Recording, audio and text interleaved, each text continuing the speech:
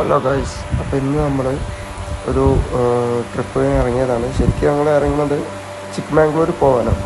അപ്പോൾ ഇവിടുന്ന് വീട്ടിൽ നിന്ന് വൈകുന്നേരം ഇറങ്ങി നമ്മൾ വയനാട് ചുരം എത്തിയപ്പോഴാണ് ഒരുത്തനായിട്ട് വേറൊരാളും കൂടി ആയിട്ട് കമ്പനിയായി. അങ്ങനെ ഞങ്ങൾ എന്താക്കി, കുട്ട വഴി ഗോണിക്കൊപ്പൽ പോയി റൂം എടുക്കാൻ പറഞ്ഞു. കുട്ട വഴി കയറിയിട്ട് ഗോണിക്കൊപ്പൽ പോയി റൂം എടുക്കാമെന്ന് പറഞ്ഞു. അങ്ങനെ പോവുകയാണ്. അപ്പോൾ ഇത് കുട്ട ഫോറസ്റ്റ് എത്തി. ഫോറസ്റ്റിൽ നിന്നുള്ള വീഡിയോ ആണ് സ്റ്റാർട്ട് ചെയ്തത്. അതിന് മുന്നേ പല വീഡിയോസും ഒരുപാട് റോഡ് ട്രിപ്പും കാര്യങ്ങളൊക്കെ ഒരുപാട് കണ്ടതല്ലേ, ചുരവും കാര്യങ്ങളൊക്കെ ഒരുപാട് കണ്ടതല്ലേ. അപ്പം അതൊക്കെ ഒഴിവാക്കി ഈ കുട്ട രാത്രി ഇത് ഭയങ്കര ഡേഞ്ചറായിട്ടുള്ള ഫോറസ്റ്റ്. ആനകളൊക്കെ ഞങ്ങളിതിൻ്റെ മുന്നേ പോകുമ്പോഴും ആനകളൊക്കെ ഇഷ്ടം പോലെ ആനകൾ ഇങ്ങനെ വന്നിട്ട് റോഡ് ബ്ലോക്കാക്കി നിൽക്കലും ഭയങ്കര ഭീതിപ്പെടുത്താറൊക്കെ ഉണ്ട്. അപ്പോൾ പക്ഷേ ഒരു അഡ്വഞ്ചറസ് ഒരു രസമാണല്ലോ. അങ്ങനെ ഏതായാലും പോവാമെന്ന് പറഞ്ഞ് മുന്നിൽ പോകുന്നതാണ് ഒരാൾ, പിന്നെ ഞാനും എൻ്റെ ഒരു ഫ്രണ്ടുണ്ട്. അവർ രണ്ടാളും ബാക്കിൽ ബൈക്കിൽ അങ്ങനെ പോയുണ്ട്. ഇതിൻ്റെ ഇടയിൽ ഞങ്ങൾ കുറച്ചൊരു 12:30 ആ സമയമൊക്കെ ആയപ്പോൾ, രാത്രി 12:30 ആയപ്പോഴും കുട്ട ഫോറസ്റ്റിൽ തന്നെ കേട്ടോ.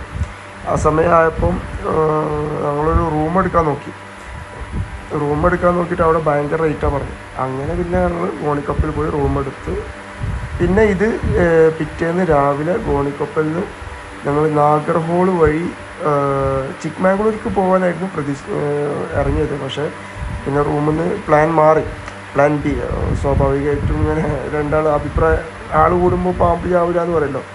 അതുപോലെ നമ്മളെന്താക്കി, ചിക്ക്മാംഗ്ലൂർ ഒരു ഡ്രൈ ഏരിയ ആണെന്നൊക്കെ പറഞ്ഞിട്ട് കൂർഗ് പിടിച്ചാലോന്ന് പറഞ്ഞു. അങ്ങനെ ലാസ്റ്റ് വീണ്ടും പ്ലാനൊക്കെ മാറി മുതുമല, മസനഗുഡി വഴി ഊട്ടി, പിന്നെ ഗൂഡല്ലൂർ ഇറങ്ങാം എന്നുള്ളതൊക്കെ പ്ലാനായി. അങ്ങനെ ഇത് നാഗർഹോള് ടൈഗർ റിസർവിലേക്ക് പോവാണ്. പക്ഷേ അവിടെ എത്തിയപ്പോഴാണ് നമ്മൾ അറിഞ്ഞത് ട്രക്കും ബൈക്കും ഓട്ടോറിക്ഷയും അതിലൂടെ കടത്തി വിടൂല എന്നുള്ളത്.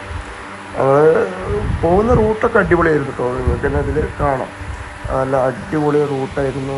ഞങ്ങൾ പിന്നെ മൺസൂൺ റൈഡ് എന്ന് പറഞ്ഞിട്ട് ഇറങ്ങിയതാണ്. അപ്പം ഫോറസ്റ്റ് വൈബ് പിടിച്ച് അങ്ങനെ പോവാം. റൂട്ടും കാര്യങ്ങളൊക്കെ അടിപൊളിയായിരുന്നു. ഇതിൻ്റെ അവസാനത്തിലേക്ക് കാണാം ഒരുപാട് ആനിമൽസിനൊക്കെ സ്പോട്ട് ചെയ്തിട്ടുണ്ട്. അപ്പോൾ നാഗർഹോള് വഴി പോകാൻ പറ്റില്ല എന്ന് പറഞ്ഞു. ഇതിൻ്റെ ഇടയിൽ അവിടെ ഒരു ഓഗസ്റ്റ് 15 ഞങ്ങൾ സ്വാതന്ത്ര്യ ദിനത്തിൻ്റെ അന്നാണ് പോകുന്നത്. അപ്പോൾ അവിടെ ഈ കർണാടക ഡിസ്ട്രിക്റ്റിൽ തന്നെ മഡിൽ വോളിബോളൊക്കെ കളിക്കുന്നുണ്ടായിരുന്നു. അത് എടുക്കാൻ പറ്റിയില്ല. ഞങ്ങൾ ആ ഒരു സമയത്ത് വീഡിയോ എടുക്കാൻ പറ്റില്ല. നല്ല അടിപൊളിയായിരുന്നു. അപ്പം വീഡിയോ എടുക്കാനുള്ളൊരു സത്യം പറഞ്ഞു കഴിഞ്ഞാൽ ആ ഒരു ഓർമ്മ കാര്യങ്ങളുണ്ടായില്ല. അതാണ്.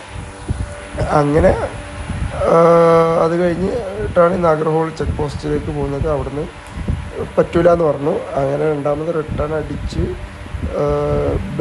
ബലേജിയോ അങ്ങനെ എന്തോ ഒരു സ്ഥലത്തിൻ്റെ പേരുണ്ടായിരുന്നു.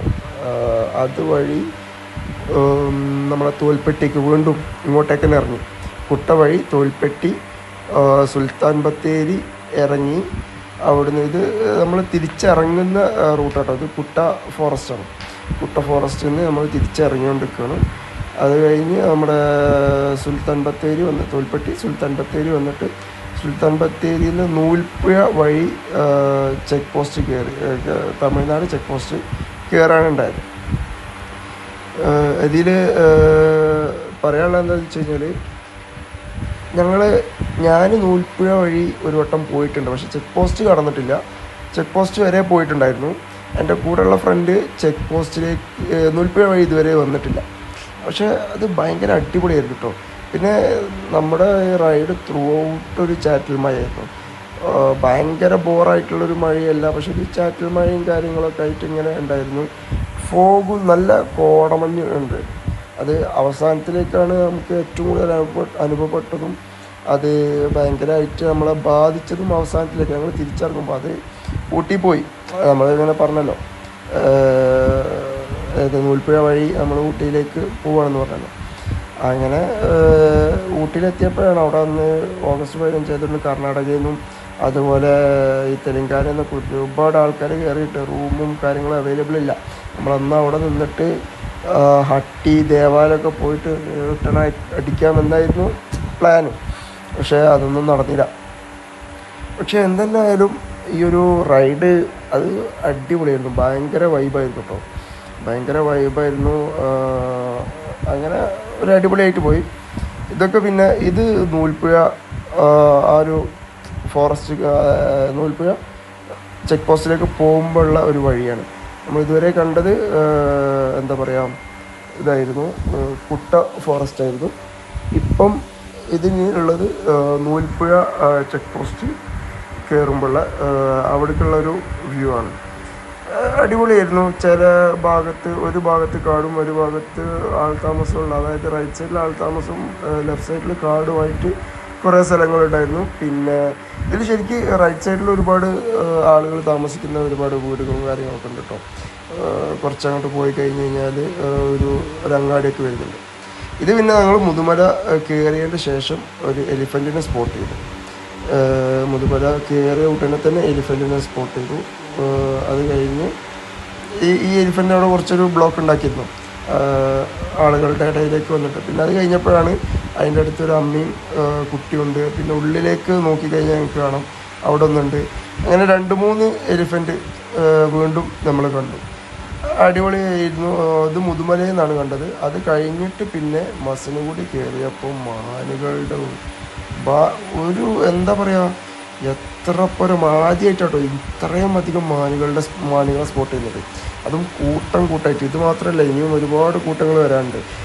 അതുപോലെ കാട്ടുപന്നികളൊക്കെ ഒരുപാടുണ്ടായിരുന്നു. ആ ചാറ്റൽ മഴയത്ത് ഇങ്ങനെ നിൽക്കുന്നൊക്കെ എന്ത് രസമല്ലേ കാണാൻ, നല്ല മുഴുത്ത സൈസ് സാധനം. പിന്നെ അതുപോലെ ഒരുപാട്, ഞാൻ പറഞ്ഞില്ലേ, ഒരുപാട് മാനുകളുടെ സ്പോട്ട് ചെയ്തിട്ടുണ്ട്. ഇത് തൊട്ടടുത്തൊക്കെ വന്നാണ്ട് നിന്ന് ഇങ്ങനത്തെ ഒരു അനുഭവം ഒരുപാട് വട്ടം ഉണ്ടായിട്ടുണ്ട്. തൊട്ടടുത്ത് മാനുകളെ കണ്ടിട്ടും സ്പോട്ട് ചെയ്തിട്ടൊക്കെ ഉണ്ട്. പക്ഷേ ഇത് എന്താ പറയുക, ചുറ്റിനും മാനിൻ്റെ കൂട്ടം, എല്ലാം കൂടെ ഇങ്ങോട്ട് പുറത്ത് വന്നുകൊണ്ട് നിൽക്കുന്ന പോലെ. അതിൻ്റെ ഇടയിൽ ഒരുപാട് മയിലും കാര്യങ്ങളും അതും കണ്ടിട്ടുണ്ട്. മസനഗുഡി കയറിയാൽ പിന്നെ എല്ലാവർക്കും അറിയുന്നതല്ല, മാനും മയിലും സുലഭമാണ് അവിടെ.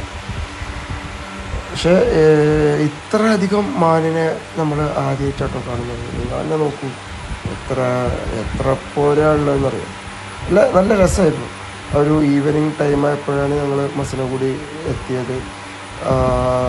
പിന്നെ അവിടുന്ന് ഈ മാനിനൊക്കെ സ്പോട്ട് ചെയ്ത് ഇങ്ങനെ മെല്ലെ നമ്മളെന്താക്കി ഊട്ടി പോകാമെന്നുള്ളൊരു പ്ലാനാണ്. അങ്ങനെ ഊട്ടി പോകുമ്പം ഇനി വരുന്നൊരു ആനക്കൂട്ടം ഉണ്ടായിരുന്നു. ഈ ആനക്കൂട്ടം അവിടെ ഭയങ്കര ഒരു വിഷയം ഉണ്ടാക്കിയിരുന്നു കേട്ടോ. അത് കുട്ടിയൊക്കെ ഉണ്ടായതിനെ കൊണ്ട് അവരെ ആക്രമിക്കാനൊക്കെ വന്ന് കുറച്ചൊരു ഭീതിപ്പെടുത്തി അവിടെയൊക്കെ നിന്നിട്ട്. പിന്നെ കുറേ ഫോറസ്റ്റിൻ്റെ ഒരാളുണ്ടായിരുന്നു. അങ്ങനെ അവർ കുറച്ച് നിയന്ത്രണത്തിലായിട്ടാണ് വണ്ടികളും കാര്യങ്ങളൊക്കെ അവിടുന്ന് പോയിട്ടുണ്ടായിരുന്നത്. പക്ഷേ അത് നോക്കി ചിഹ്നം വിളിക്കില്ല, മറ്റേ എന്താ പറയുക, മണ്ണൊക്കെ ഇട്ട് മേലിട്ടിട്ടില്ലേ, അതുപോലെ ഞാൻ നിൽക്കുകയാണ്. അങ്ങനെ പിന്നെ അത് കഴിഞ്ഞ് നമ്മൾ ഊട്ടി പോയി. ഊട്ടിയിൽ റൂം എടുക്കാൻ അന്ന് 7 മണി മുതൽ നമ്മൾ ഊട്ടി, അതായത് മസനഗുഡി കഴിഞ്ഞ് ചുരം ഉണ്ടല്ലോ 36 ഹെയർ പിൻ ബെൻഡുള്ള, അത് കഴിഞ്ഞിട്ട് നമ്മൾ 7 മണി മുതൽ റൂം എടുക്കാൻ നോക്കിയിട്ടുണ്ട്.